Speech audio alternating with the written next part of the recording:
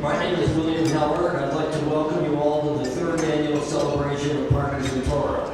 I apologize for the late start. We had a few logistical and technical problems, and I want to thank our volunteers for doing this a tremendous job under probably more difficult circumstances than many of you realize. But before I go any further, I'd like to introduce Gary Gross, President of the Jewish Federation. Thanks, Bill, and good evening. It's a pleasure to speak to you tonight on behalf of the Federation and its Board of Trustees. I'd like to acknowledge our esteemed speaker, Senator Joe Lieberman. Senator Lieberman has had an impressive career in public service, most notably as a senator for Connecticut. You're a credit to the Jewish people, and it's an honor looking forward to hearing you speak tonight. Thank you for joining us. We're here tonight to celebrate one of our community's educational resources, Partners in Torah. Through weekly study sessions, Partners in Torah has built a community of learners and scholars who have deepened their connections to Jewish life through the study of Torah. The Federation is proud to host Partners in Torah's weekly study sessions at our building in Beechwood, and to support an additional avenue for Jewish learning in our community through the Jewish Education Center of Cleveland. In last week's parsha that we read yesterday in Shul, Bishalach, we read the story of the children of Israel's escape from Egypt, from slavery to freedom. Along this journey, there are points when the going gets tough, as the Egyptians pursue Bnei Israel, and Jews want to turn back to the lives they knew in Egypt, because they believed it would have been easier than fighting through the unknown. In the pursuit of knowledge and wisdom, we too face an uncertain and challenging journey. But just as Moses and Hashem guide the Israelites back to the path of forward momentum, the community built through Partners in Torah provides similar supports today as we push through the uncertainty that accompanies this type of study. The Israelites do succeed on their journey with the help of Hashem and each other, and we also succeed together as a community as we study Torah. There are a few people who probably won't be so happy with what I'm going to say, but people should know that there are several key people who have made Partners in Torah possible. People like Mendy Klein, David Heller, and certainly Bill Heller. And I have a special relationship with Bill because he's my Chavrusa partner. I want to wish all of them mazel tov.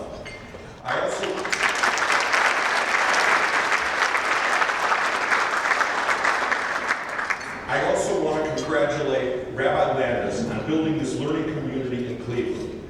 We appreciate your efforts to encourage learning and strengthen the Jewish identity and offer an opportunity for all members of our community to study together. Torah, Toda Rabah to all of you for being here tonight. Thank you, Gary. When we began over 3 years ago, who could have imagined that in just a few short years we'd have almost 400 people together to celebrate our achievements and in many cases to learn more about us.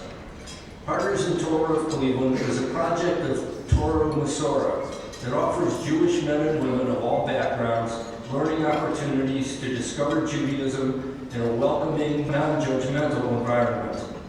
Participants are matched one-on-one with a carefully selected personal Torah tutor or mentor. The pair decides for themselves what they want to learn. For some, it may be the weekly Parsha. For others, it's Pirkei Avos or Talmud or any other area of Jewish thought and learning. We're very fortunate in Cleveland that we have many opportunities for Jewish study and Jewish learning. In Cleveland, we have over 35 synagogues and outreach programs that provide learning opportunities. What is unique about Partners in Torah is that it gives an opportunity for someone like me who doesn't have a deep background in Jewish learning, the opportunity to sit one-on-one with a mentor who has a passion for passing on Jewish knowledge and also endless patience to study at my pace and answer all of my questions. And on those rare occasions when he doesn't have the answer, which is very seldom, but on those rare occasions when he doesn't have the answer to my questions, we have a real opportunity to study and learn together as we search for the answers. Many of you have been engaged in Jewish learning for many years, and for those of you, it's simply a way of life. For others, maybe you've thought about it, but just haven't found the time or the right motivation to begin your journey. When I think about why I started studying on a regular basis, I realize that it started with my passion, really an overriding concern for Jewish continuity, l'dor v'dor, from generation to generation. I want to relate something that I heard very recently. Rabbi Aiden Steinsaltz was asked the question we've all heard: who is a Jew? Now the answer seems obvious: one who has a Jewish mother, unless you happen to be born in biblical times, in which case it might be someone who had a Jewish father. But Rabbi Steinsaltz didn't give the obvious answer. The rabbi said, a Jew is one who has Jewish grandchildren. Now that's a very profound statement, especially coming from a revered Talmudic scholar like Rabbi Steinsaltz. For me, it captured the essence of why it is so important for us to study Torah. It is up to us whether or not we have Jewish grandchildren. In order to pass the tradition to our children so that they can pass it on to their children, we must know and practice the teachings of Torah to the best of our ability in our daily lives. For many of us, that means we have a lot of catching up to do, and Partners in Torah provides that opportunity for all of us. I'm proud to say that both of my sons are learning with Partners in Torah. David here in Cleveland, and my son and daughter-in-law in Washington study every week via telephone and Skype with Chavrusa, who they only see face-to-face once a year at the annual Partners in Torah Shabbos weekend in Connecticut. And my daughter and son-in-law haven't yet started with Partners in Torah, but they just don't know it yet, but they're gonna begin to study very soon. No matter how many hours we spend working on behalf of Jewish organizations, and I say that as one who spent many hours working in the Jewish community and continues to work in the Jewish community, and those hours, those days, and those meetings are very important in building a strong Jewish community. But that alone will not ensure that we have the knowledge to pass on to our children. Only by continued study can we begin to achieve that important goal. I want to thank our host committee and all of you who came out tonight to support Partners in Torah. I also want to thank Landerhaven and Davis Caterers for the terrific job they've done this evening. I want to particularly thank the mentors who devote their time and impart their knowledge so that others can learn. And I want to particularly thank my Chavrusa, and I really have two. Gary mentioned that we were study partners, and we were until Gary became president of the Jewish Community Federation. And while Gary still studies, we weren't able to make it on a weekly basis. And so for approximately a year now, I've been studying with Aaron Garfunkel, and I want to express my thanks to both of them for their dedication to my learning process and the inspiration they provided. Gary and Aaron, please stand up and be acknowledged.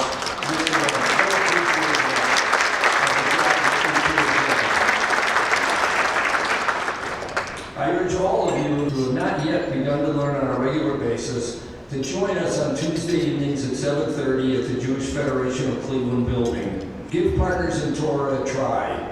I know it will change your life as it has changed mine. Now I want to introduce our education director and really the heart of our organization, Rabbi Pinchas Landis. I'm going to ask Bill to stay up here for just a moment. I'd like to ask the rest of the board of Partners in Torah to join me up here. Let's just make a quick presentation before we let him off the stage. Planning for this event, we were looking for someone who could really help us to make it the event we wanted to make it. And that was to be the event where we could really fill up this room and bring all of you here. And Bill, when his son David volunteered for the job, right away said he would do it, and literally worked tirelessly from day one to help us to make this such an amazing event. So we want to present you with this picture we had taken of you learning at Partners in Torah. And Bill's wife Anita is in Florida right now because as much as she wanted to be here, hey, you know, it's the winter, it's Florida. But the plaque says, presented to William and Anita Heller by Partners in Torah of Cleveland in appreciation for your hard work, February 12, 2017. Thank you so much.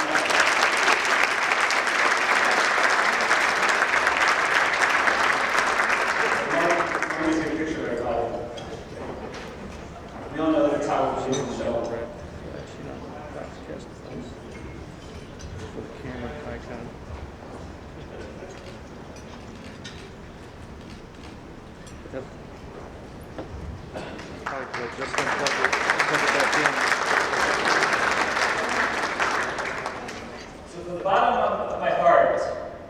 really want to thank each and every single one of you for being here tonight.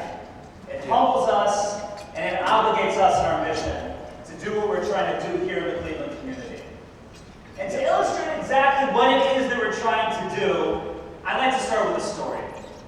The story is about a man, a businessman, who built a mildly successful business, but then unfortunately he fell on hard times. And the business collapsed. He lost all his money. He got to the point where he didn't have anything but the room that he rented. He had a car, but he didn't like to use it because he didn't want to pay for gas. And one day he's sitting there, and he counts the money in his pocket, and he has $45. And that's all he has to his name. He says, really? This is as bad as it's gotten for me? He said, you know what I'm going to do? I'm hungry. I'm hungry. I'm just going to go to get something to eat. And then, I'll try and figure out this story. So he walks to an all-you-can-eat buffet that was not far from where he lived, taking out 15 of his last $45, and he sat down to have a meal, depressed, broken, upset at his situation, and at his plight and at his cause. As he's eating, he sees a young man who couldn't have been more than 8 or 9 years old, walking in with a lady, maybe his mother, maybe his grandmother. And the young boy was dressed in his best suit and his tie, and he was so proud to be taking this lady out for the meal. He came in with a burst of pride on his face. He helped the lady sit down in the chair. He attended to her every needs. This man, who had just lost everything, was so touched by what he saw in this boy, by the color, by the honor, by the respect that he gave to his elder, by how proud he was to be doing what he was doing and to take care of the generations above them. What did he do? He took the last $30 that he had in his pocket, and he walked over to that young man, and he said, here, this is for you. Because you're doing such a good job taking care of your lady, I want to make sure that you can pick up the bill as well. The little boy was elated and didn't know what to do with it, and was just shocked by what had just happened. The man who had lost everything said, no, take it, this is for you. But really, it's very much for me. And on that day, that man realized that when he turned himself from a taker to a giver, everything in his life turned around. He was able to rebuild his business. He became successful. And today is known to the world as Tony Robbins, the world-famous motivational speaker who thousands, if not tens of thousands, flock to hear speak, hear his motivational words, and read his books. And Tony Robbins himself writes in one of his books that it was that day when he decided to be a giver instead of a taker, when everything turned around in his life.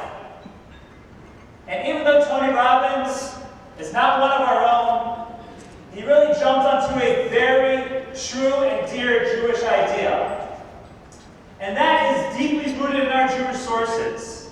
That when a person gives to others, it really comes straight back to them. As a matter of fact, if you look at the Hebrew word to give, v'nasnu, it's a palindrome. A palindrome is a word that you can read both ways. The idea is that when you give, it comes straight back to you. And the truth is that giving is what Partners in Torah is all about. Partners in Torah is about bringing the Jewish community together through the study of Torah. Our number one goal, my goal as a staff member, the goal of the board of directors, is that we should get to a point where the Cleveland community, 80,000 Jews in Cleveland, are completely united and that they were brought together through the study of Torah. And how can that happen? How is that possible? That's only possible when people give. And there's one of 3 ways you can give to Partners in Torah. Number one is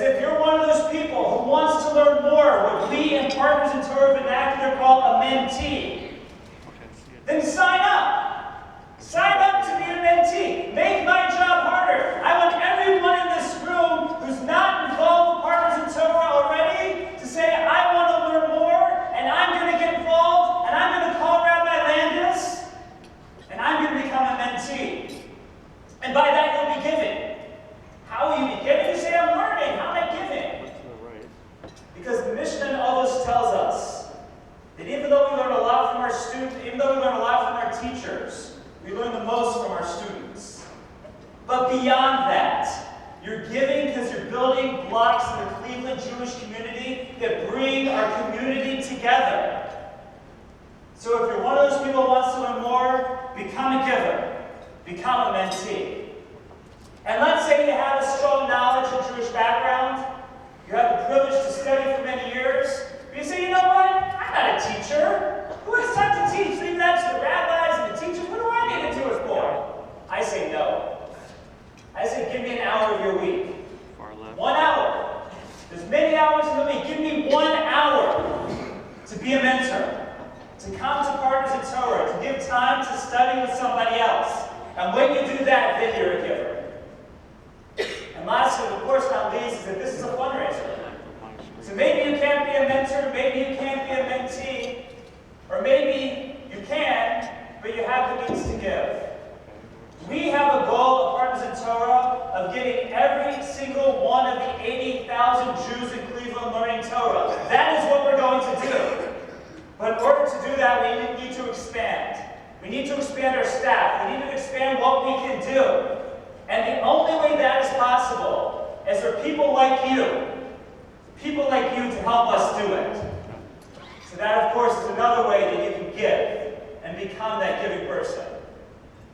So I want to challenge all of you right now. And don't worry, I won't be offended, but I want you all to pull out your smartphones right now and open up the email app. And if you're not already one of these 3 givers to Partners in Torah, I want you to put in that to box of your email app, partners@torahcleveland.com. If you forget it, it's on your program. Send an email to partners@torahcleveland.com and say, Rabbi, I want to be a mentee. Rabbi, I want to be a mentor. Or Rabbi, I'm going to be one of your donors. And don't worry, I'll take it from there. So I want to thank you all for coming tonight. It truly obligates us and motivates us to do what it is that we're going to do. And I want to thank from the bottom of my heart the host committee, and especially Bill and Anita Heller, and also the senator who took time out of his busy schedule to be here with us tonight. And in conclusion, I have a challenge for you, Senator. I'd like to invite you to become a mentor for Partners in Torah. And you know what?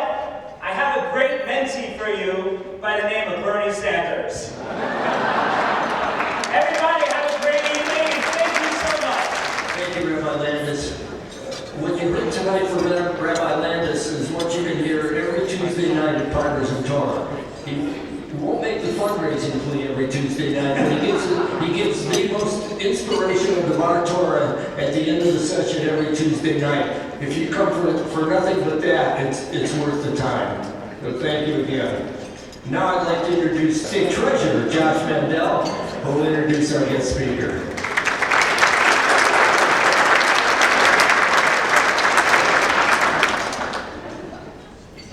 It's a tough act to follow with Rabbi Landis. It's a combination of a football coach, Marine drill instructor, and a rabbi. I remember, I'm not sure how many years ago, David told me that he and Mendy and a group of guys were going up to Detroit to meet with Gary Torgo and a few others about this incredible concept they had going on in Detroit, where there were folks from the religious community and folks from the not so religious community within the Jewish community who were coming together. And it started very small and then became medium-sized and then very large, and I think hundreds of people up there in Detroit. And David came back that day and said to me, we're going to do this in Cleveland. And it's so motivating to see that it's happening right before our eyes. I've been learning with David and David Greenwald from Tel Yeshiva for many years, and I know David's been learning with David for 17 plus. And to see what Rabbi Landis has done, putting together all these men and women from the Jewish community for this one goal of learning Torah and furthering our community is powerful and also addicting. I'd like to thank Bill Heller for giving me the honor of introducing Senator Lieberman tonight.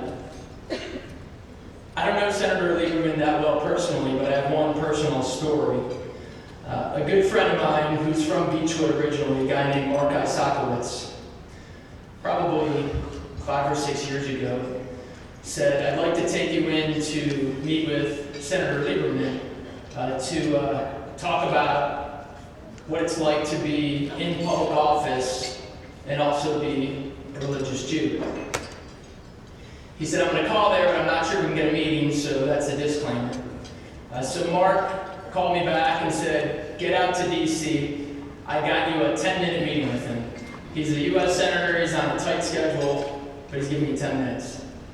So I flew out there, and Senator Lieberman started telling me the story about when he was Attorney General, and then the U.S. Senator, and how he fell in love with Hadassah, and the whole story of how he lived his life as a senator, but first and foremost, as a Jew.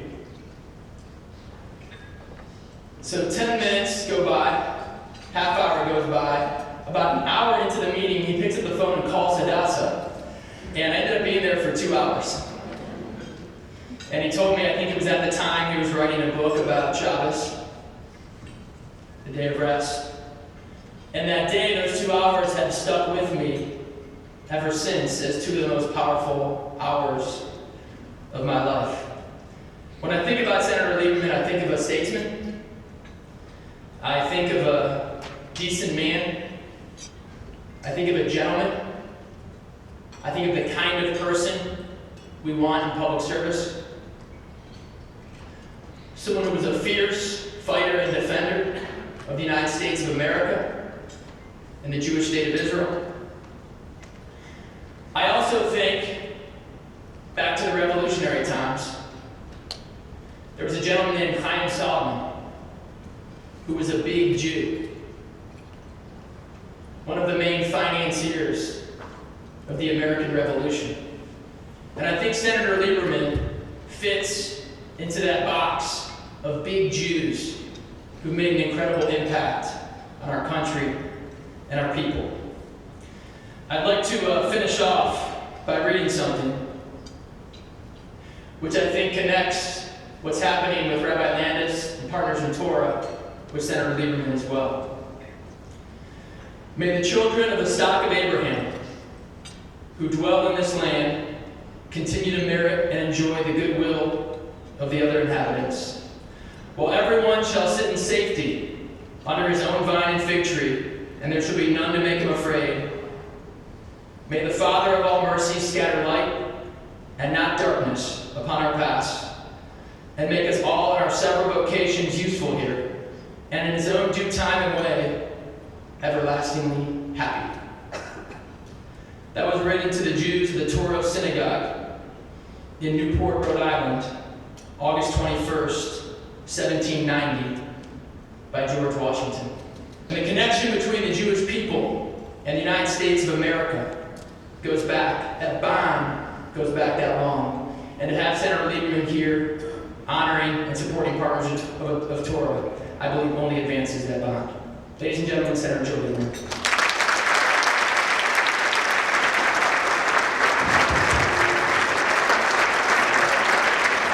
Thank you. Thanks very much for that warm welcome. Josh, you have to be me to know how much that introduction means to me. I remember that time you came to see me, and we spoke so long not because you insisted on it, but because I was enjoying it, and it had this kind of meaning to me. I always said to people, particularly in the Jewish community, when they would thank me for my service, that I knew that I was fortunate and that I was literally standing on the shoulders of people in the Jewish community and beyond that gone before me. And as I talked to you that day, I was only hoping that not only the words that I said, but with whatever I did in public service, that I would provide shoulders for you also to stand on, because I really believe that there's no limit to what you can achieve in your career. And I wish you all the best. So please help me out. I don't know why, I just thought of a great story that my friend Frank Glaubenberg, now passed away, my colleague in the Senate, used to tell about America. Frank's father died when he was quite young, and And his mother actually went to work as a waitress in a restaurant to support her family. And once Frank was telling that story, and somebody in the audience said, Senator, could your mother possibly have imagined when she was waiting on tables in the restaurant that you would grow up to be a United States Senator? And he said, no, she thought I'd be president. So I'm sure you have similarly supportive women around you. Yes, Rabbi Shem. Thank you, Rabbi Landis. What a passionate, spirited person. I do think, and I know we haven't compared me with Tom Cruise before, and by that I mean, in asking me to mentor Bernie Sanders, you made me a star of Mission Impossible.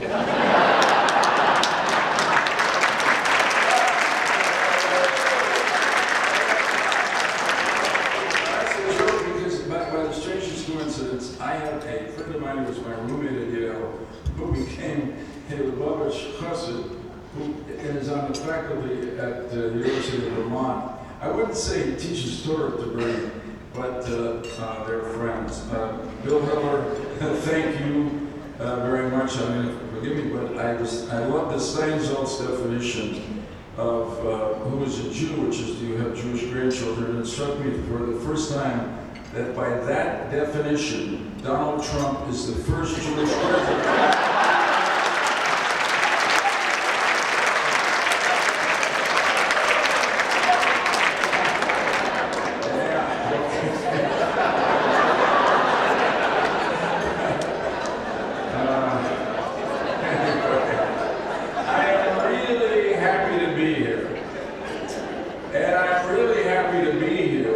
Because I love what you're doing with Partners in Torah. And I want to just say a few reasons quickly why, and then get on to the topic Rabbi asked me to talk about. The first thing is the obvious thing, but we miss it sometimes, which is that Torah is the essence of what it means to be Jewish. I mean, I learned from my rabbis growing up that the liberation of the Jews from slavery in Egypt was for a purpose, and of course it says it in the Torah constantly when Moshe asks Pharaoh to free the Jewish people so they can serve God. And we say in the prayers before the Shema, I'm the Lord your God, I brought you out of the land of Egypt to be your God. And this is a great week to have this dinner for Partners in Torah, because it's Parshat Jethro, in which the children of Israel received the Ten Commandments and the Torah of Mount Sinai. And that was the mission statement of the Jewish people.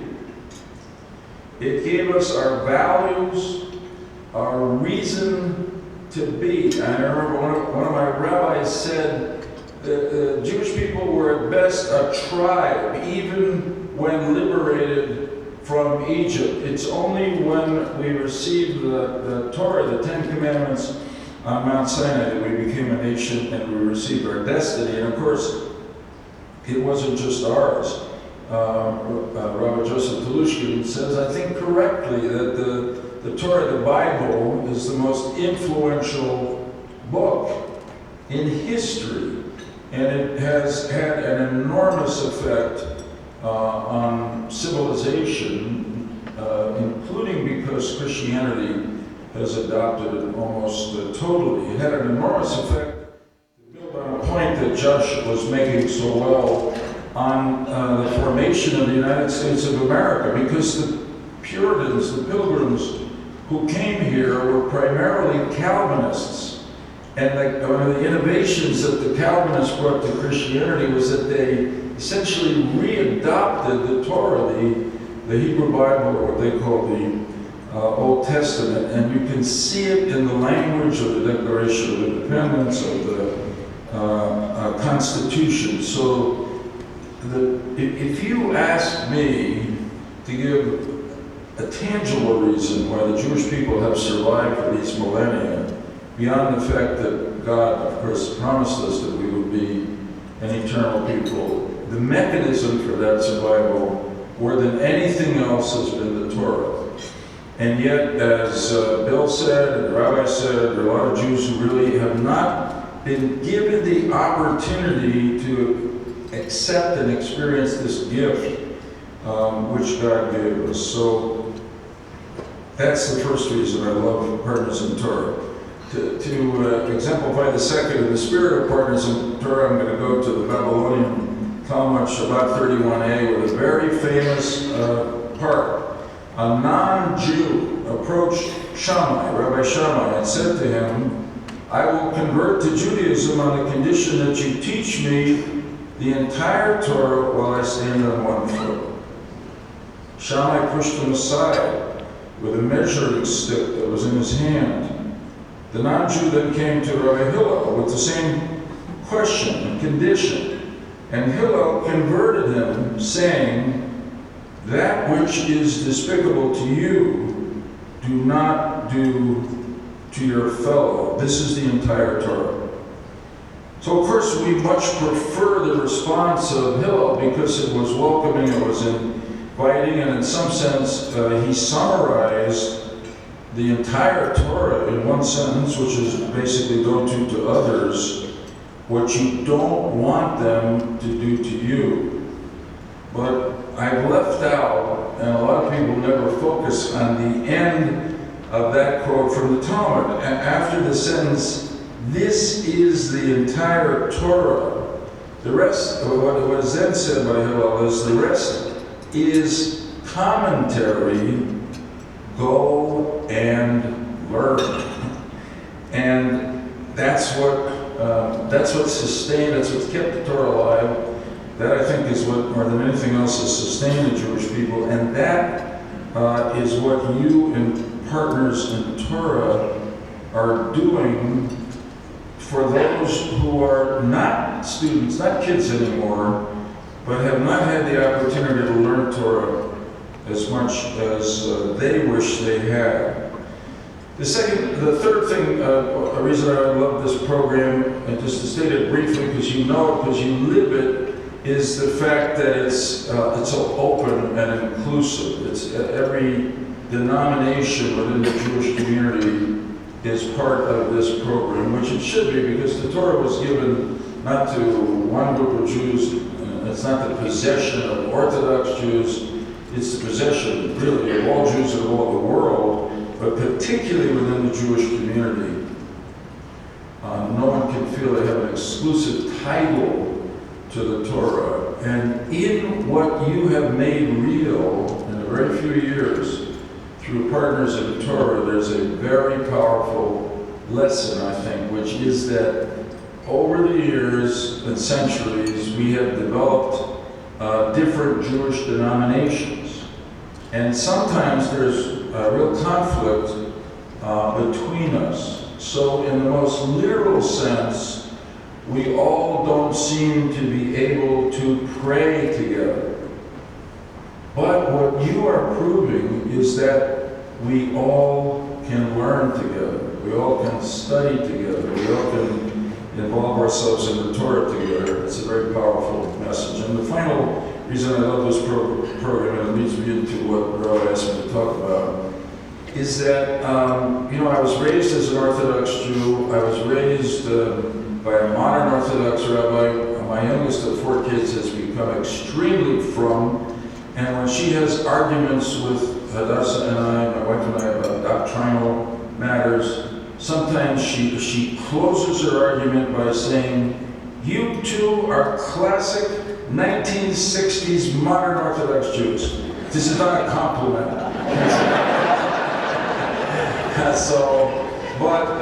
Look, it's something I worry about Orthodox, even as it grows and there's such intensity within it, is that some parts of it have become insular, inward, and this was never what Judaism was meant to be. The Torah was meant to be taken out into the world. The values of the Torah were meant to be taken out into the world. So now I'll move to the topic the Rabbi gave me, which is faith and freedom, my life as a Jewish American leader. But really, I think the Rabbi said to me what he wants me to talk about is how, as Josh was discussing, I'm going to give you an abbreviated form of my 2 hours with Josh. which is how was it to try to combine being a religiously observant Jew and being involved in American public life? And I will tell you at the beginning that when people would ask me, how did you, and I'd ask myself, frankly, how did you make this decision to spend so much of your professional career in public service? Well, it was certainly because I, as a kid in high school, maybe college, read a lot of history and biography and was quite taken with the role of leaders for good or bad and over history. I happened to come of age when Senator John F. Kennedy was elected president. He had a powerful, motivating influence on a lot of people of my generation to get involved in public service. But the other reason was all the values that I learned from the Torah, particularly about, tikkun olam, trying to prepare the world. All the stories in the Torah, all the stories my rabbi told me about the fact that we're partners with Hashem, and our responsibility is to do the work, to try to improve and ideally to perfect the world. And that's part of how I got into politics. My parents, who raised me to be an observant Jew, also gave me an enormous faith in America and told me that to be successful in America, I didn't have to homogenize myself. I didn't have to assimilate myself. I didn't have to be like everybody else. I should be what I believed in, what I wanted to be, and I would gain more respect as a result of that. You know what? They happen to have been right. And I will forever be grateful to them because I want to spend a lot of the rest of my time just before we get to questions telling some stories which make the point. But the bottom line is, though there were moments I had decisions to make about the balance between my faith and my public service, in the end, if anything, the fact that I was a religiously observant Jew was a positive and not a negative. So let me begin with a few stories. And I'll start, I was state senator, I was attorney general, I was U.S. senator. When I was attorney general, in 1986, my father passed away. And I wanted to honor him and mourn him and with as much of the seriousness of our tradition as I could. I read, which you probably some of you have seen, Rabbi Maurice Lamb's book on the Jewish way of mourning, etc. And I knew that a son was expected during Shloshim, the first 30 days, not to shave. And in the book, I noticed that there was a rabbinical holding from way back where somebody who was the leader of the Jewish community in Shloshim had lost a parent, wasn't shaven, was called to the court of the king. And in that country, hair on the face was not appreciated or respected. So we went to the rabbi, and the rabbi said, under all the circumstances, you should shave. During the shiva, a friend of mine who was quite from Dolan's call, and I said to him, I've been planning not to shave during Shloshim. I'm Attorney General, I'm out in the public, I'm on television a lot.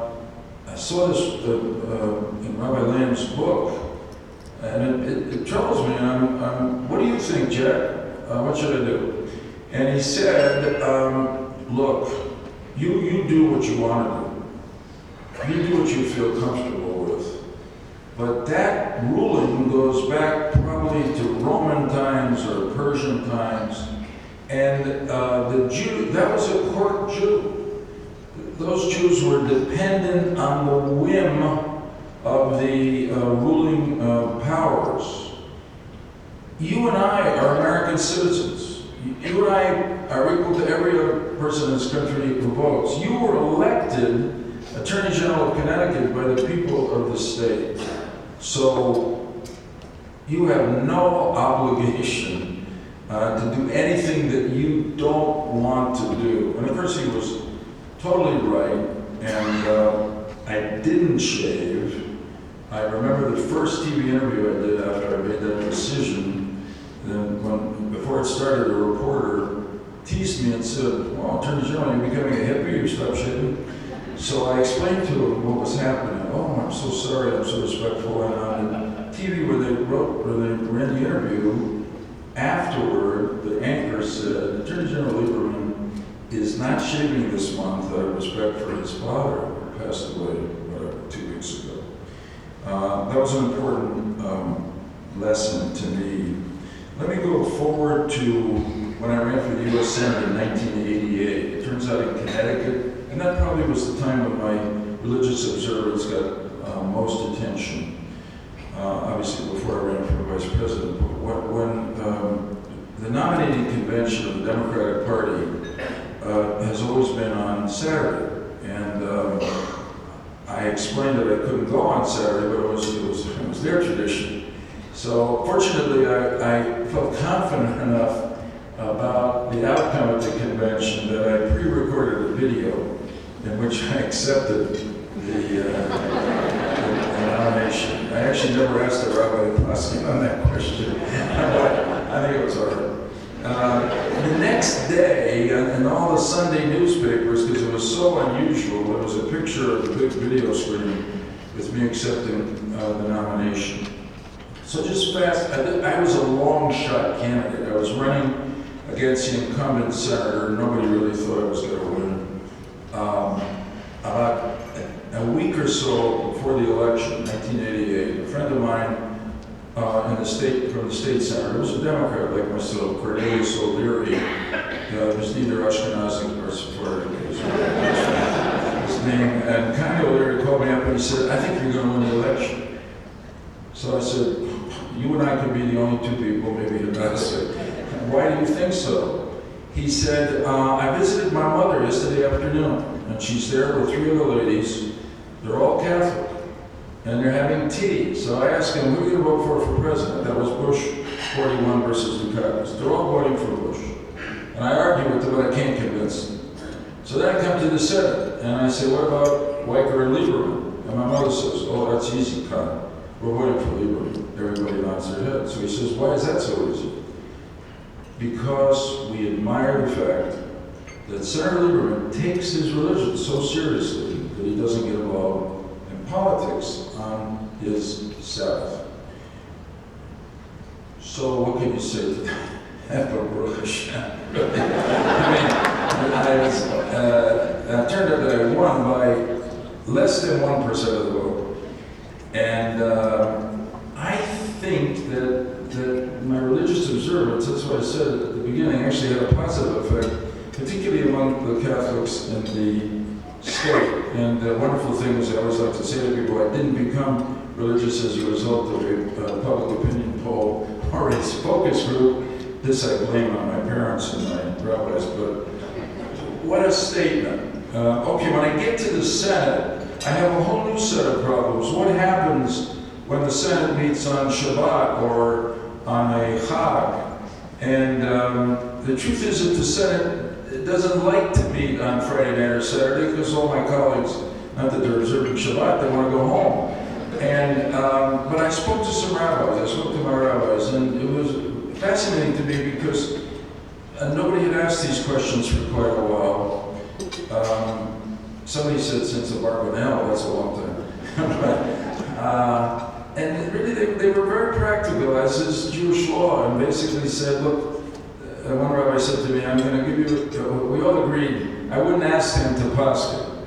I would just ask for their opinion, and then I would take it on myself to do what I thought was right. And he said, first, most important, you know there's going to be a vote on a Friday night or Saturday, stay down at the Capitol. Second, walk there or walk back if you're there already. Third, you could pre-buy a ticket on the Metro, which goes right to the Capitol. Fourth, you could take a ride from a non-Jewish person, staff member, whatever. And fifth, the last of all, I hope you never have to do it, you could get in a car and drive yourself.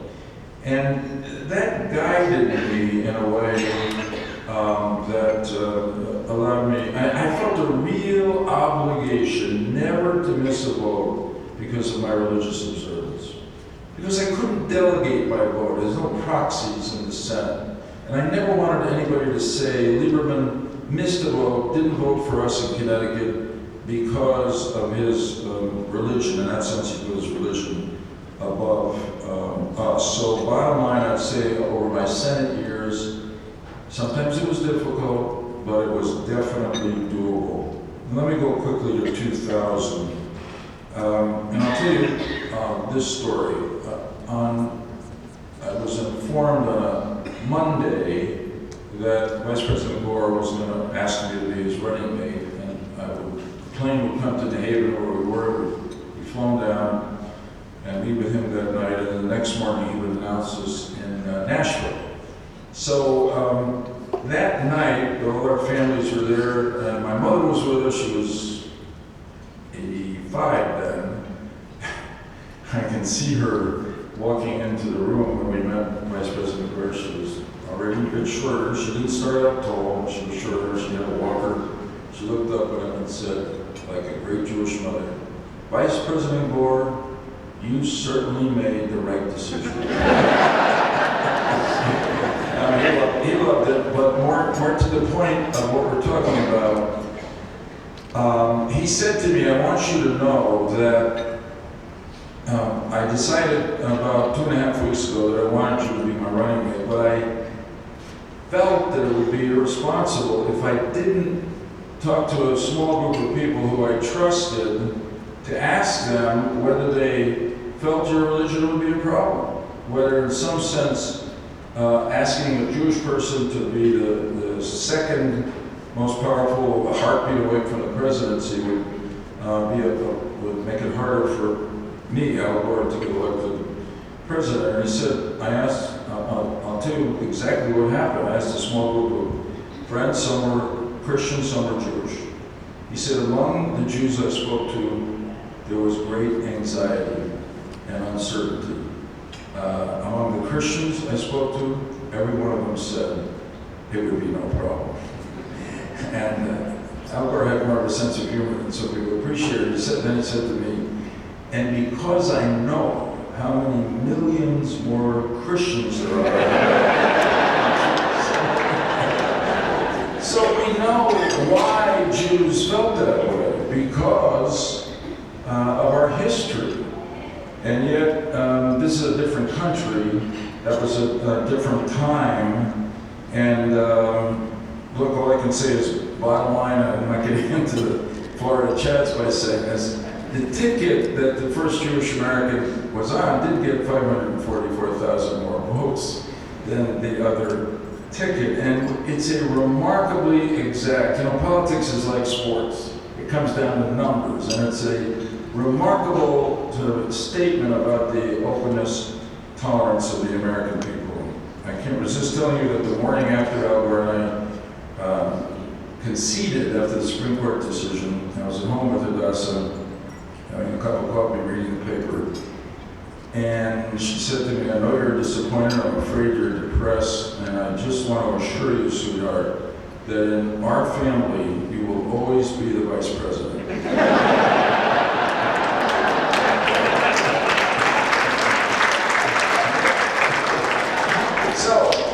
Look, I told you my stories from politics. This is true, as you know, from your lives throughout American life. One of my favorite stories about this, I met somebody before from Atlanta. I gave the Eisenstadt lecture, maybe over here, right, years ago in Atlanta. So Stu Eisenstadt has one son. Stu, I would call a traditional conservative.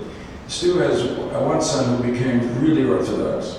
The son went to law school, wears a kippah all the time, and got hired, this goes back some years now, by a very prominent law firm in Washington. And Stu told me this story, that he had a discussion which became an argument with his son that he should not wear his kippah to the law firm, because, at least not at the beginning, because people would make judgments about him and stereotype him before he got to know them. And they argued, and finally his son agreed. So the Monday comes when his son goes to work. Stu can't wait to call him. He calls him in the evening, "How did it go?" And his son says, "Dad, it was wonderful. They were really good to me. I met with the partner who's going to oversee, manage my work, and he gave me some excellent, very interesting cases to do." "Oh, that's great." And his son said, "But Dad, I decided to put my kippah on. So Steve said, why did you change your mind? He said, because the partner managing me is wearing a kippah. So that's what's happened in American life, not just in politics, but everywhere. I'll just close before we get to some questions. You know, in many ways, there's always problems on the horizon, and this is really my point. We live in the best of times for Jews. Maybe the best of all times, it's not, Mikdash is not there, but in every other way, both because of the reestablishment of the Jewish state of Israel in our time, and because of the existence of this extraordinary country, which has given us more freedom, more opportunity, more respect, more influence than anywhere else in our long history. But it is the classic story that there's no guarantee that these great times will go on forever unless we act to make them so. And so I close, because about a month from now I'll report almost to the day with one of my favorite passages from Tanakh, which is from the book of Esther, and the famous words that Mordecai says to Esther when he learns that the Jewish people are going to be killed by the king that she is queen to. He says, do not, and she's reluctant, remember, on the first ask, and he sends a message to her, do not imagine that you will be able to escape in the king's palace any more than the rest of the Jewish people. For if you persist in keeping silent at a time like this, relief and deliverance will come to the Jews from some other place, while you and your father's house will perish. And who knows whether it was just for such a time as this that you attained the royal position. So the last sentence is the famous one, and it's as it should be. And it's always moved me. Each of us, of course, should ask ourselves always whether it is for just such a time that we are in whatever position we're in, including supporting partners in Torah, being a mentor, getting involved as a mentee. But I must say, as I've gotten older maybe, or just as time has gone on, it is the last sentence that strikes me more and more. I'm sorry, the second to the last sentence, the sentence before that strikes me even more and more, when Mordecai says, if you persist in keeping silent at a time like this, relief and deliverance will come to the Jews from some other place.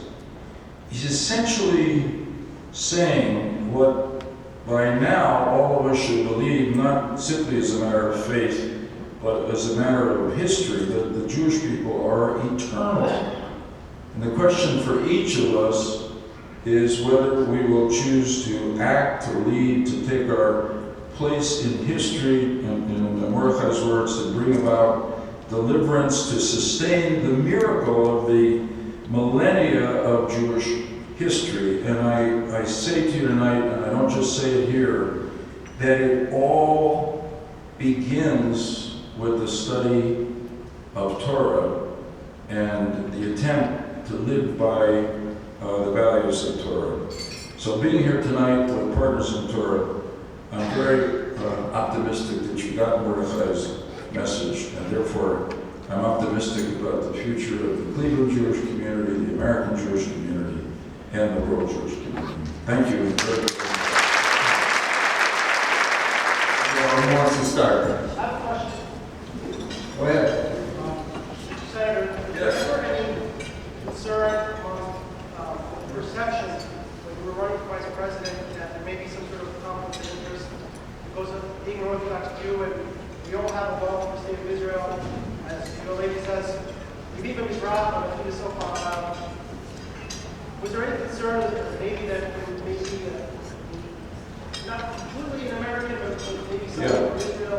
Yeah, I mean, this is actually, it's a really important question. First of you know from Talmud that the Talmud says, once very sure, that the law of the land is the law. So that has strength, and actually, it's actually a fascinating and powerful parallel and rebuttal to places where people are trying to establish Sharia law as the law of the land. The second is, it came up occasionally in my earlier political life, and I would always say what I believed, which was that, you know, when I put my hand on the Torah, when I took the oath as a U.S. Senator, I pledged to support and defend the constitutional laws of the United States. And that really was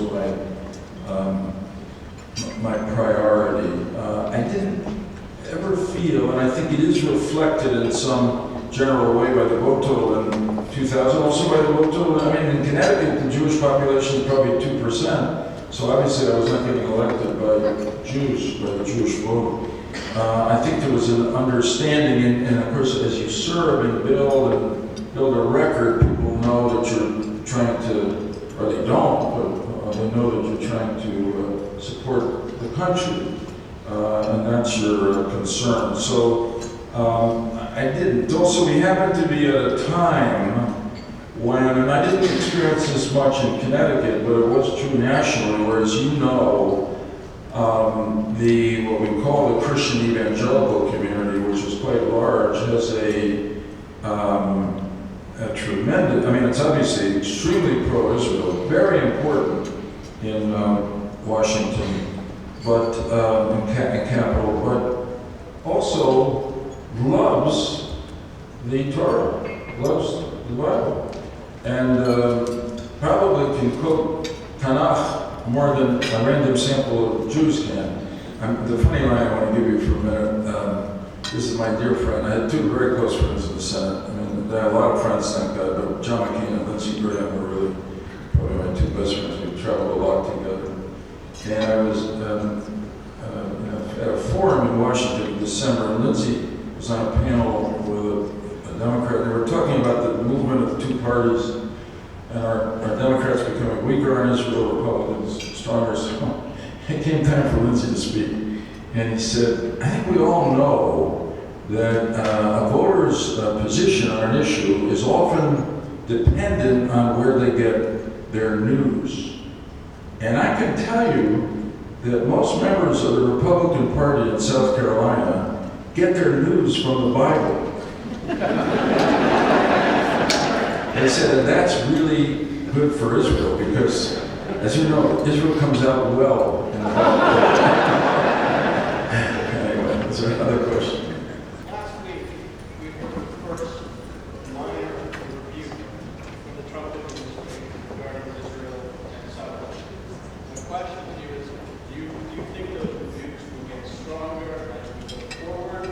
And will he return to the traditional position of two states and pressure on Israel? Yeah. So I would say first that, to say the obvious, but I mean, we don't forget it or not appreciate it, that as Prime Minister Netanyahu comes to Washington to meet with President, I believe on Thursday, but maybe Wednesday, that the relationship between these two personally is at a place, to be really blunt, where the relationship was between Prime Minister Netanyahu and President Obama never was.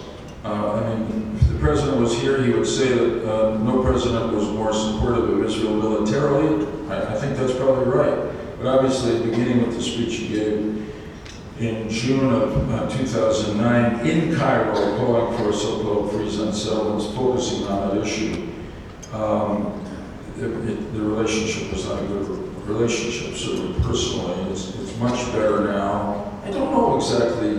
I mean, these are first warning signs. I don't know whether it's people in the State Department. I don't know whether it's Trump's reaction, President Trump's reaction to the settlements. Because, you know, he does have this dream, which every president has at one point or another, of making peace between Jews and Arabs, Israelis and Palestinians. And, you know, with God's help, he'll be able to do it. But the important thing to say, and I'm sure Prime Minister Netanyahu and others will say it, is that you could say that a given expansion of settlements, such as the recent one legalizing this taking of Palestinian land, really is very hurtful to Israel's standing in the world. But the settlements are not the obstacle to peace with the Palestinians. The obstacle to peace with the Palestinians is that the Palestinian leadership has not had the will or the courage, whatever it is, to really sit down and negotiate a peace. I mean, we have a record here. Arafat turned down a pretty good two-state solution proposal from Clinton and Barack, and Abu Mazen turned down a slightly even better proposal from Ehud Olmert. So until that change, not to mention the fact that there is not a coherent Palestinian state at this point. So, which is to say there's a West Bank and there's Gaza, and there's two leadership groups fighting each other brutally. The good news, obviously, in the Middle East now is the growing closeness between Israel and the Gulf and the Arab countries, primarily, not just, but made better than ever, of course, by their shared concern, fear about Iran. And, the dream, and I think President Trump now has it, is that somehow that can be brought to play to solve the Palestinian-Israeli conflict. I think it's going to be hard, but I hope so. Look, I think this meeting this week between Netanyahu and Trump is going to be a good one. Inevitably, it's happened under every president that I served under. There'll be moments when the relationship is perfect and moments when it has abrasions that are part of it. It's just part of being president and prime minister. But I repeat what I said earlier, that to the dinner, which is that the ultimate guarantor of the U.S.-Israel relationship has been, and I think will continue to be, a strong, bipartisan, pro-Israel majority in Congress. That's still there.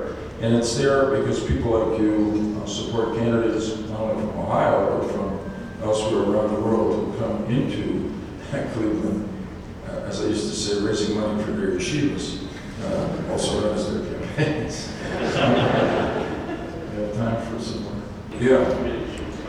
Right. So this is the question is how to respond to the BDS movement that is on campuses and elsewhere. So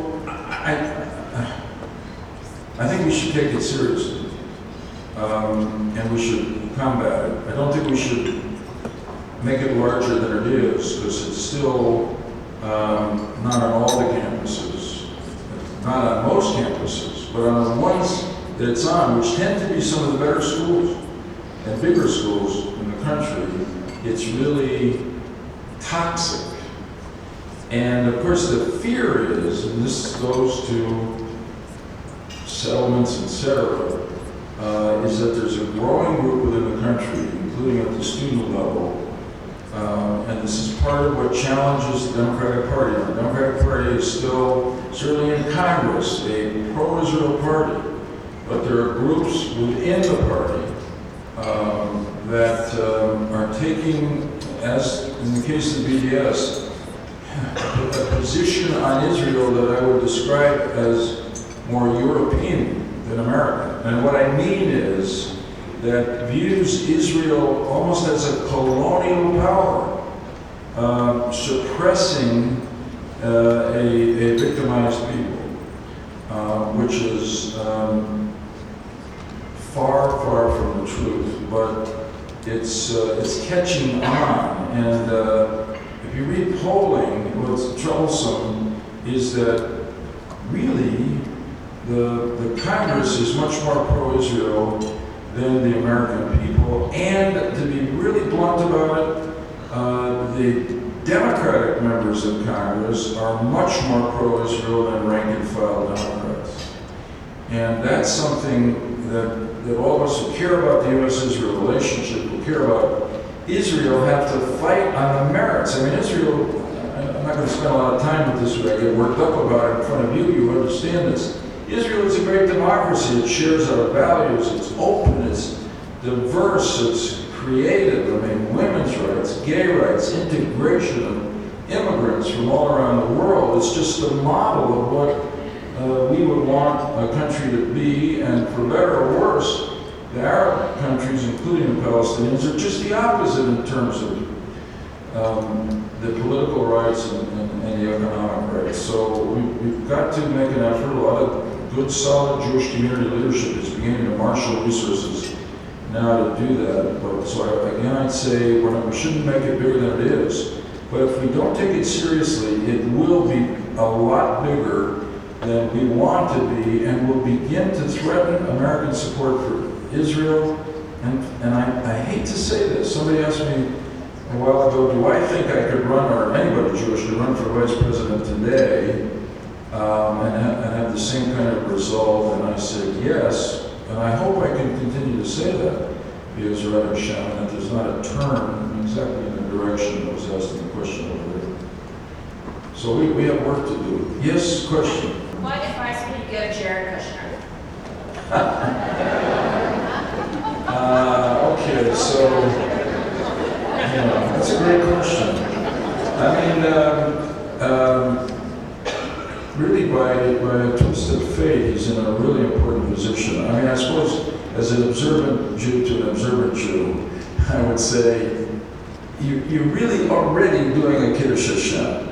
Don't be troubled if there are people in the Jewish community who are kind of looking too closely into your pots to make sure they're exactly kosher. I understand, you know what I'm saying. It's not really, all that questioning about the inaugural weekend and all, I think we owe him and his wife respect. The second is that, he has a real opportunity. I mean, just by family, it's interesting because, to use the analogy of, the Sheni Lamelech, like second to the king, old idea, or even the court Jew. He's definitely not a court Jew. He's an American with a lot of rights. But he comes to this as a family member of the president, who has the president's obvious respect. So I think he has an opportunity, not only with regard, I think his father was giving him, talk about mission impossible. But Trump has been good enough to say, if it's possible for anybody to make peace between Israel and the Palestinians, or Israel and the Arabs, Jared can do it. But that he really also, he's already started to do this, can represent the president in a way that is very respectful, constructive with leaders around the world. As you probably, a lot of them are now reaching out to him as a point of access to the president. He's apparently developed a very good relationship with the Foreign Minister of Mexico. So that's no, seriously, really. And that wasn't easy.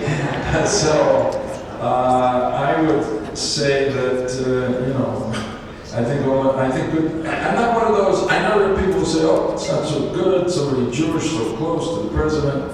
I say Baruch Hashem, that he's there. He comes, he's the grandchild of survivors of the Shoah. Once his father, Charlie Kushner, was always very supportive of me. And once I went to his offices, he was doing a fundraising lunch, and while we were walking down the hall, and there was another room there. He said, I want you to meet some people. Knocked on our small conference room. There's 4 or 5 people, half of whom have black hats and beards. And I say, I'm just curious, what are you doing here? We're making the final plans for the Kushner mikveh. And that's the kind of family he comes from. That's what's inside him. So I think we're very fortunate to have him where he is. That was a very bipartisan statement by but it's said in the interest of America and of the Jewish people, and it really comes from my heart. Anyway, thank you for what you're doing.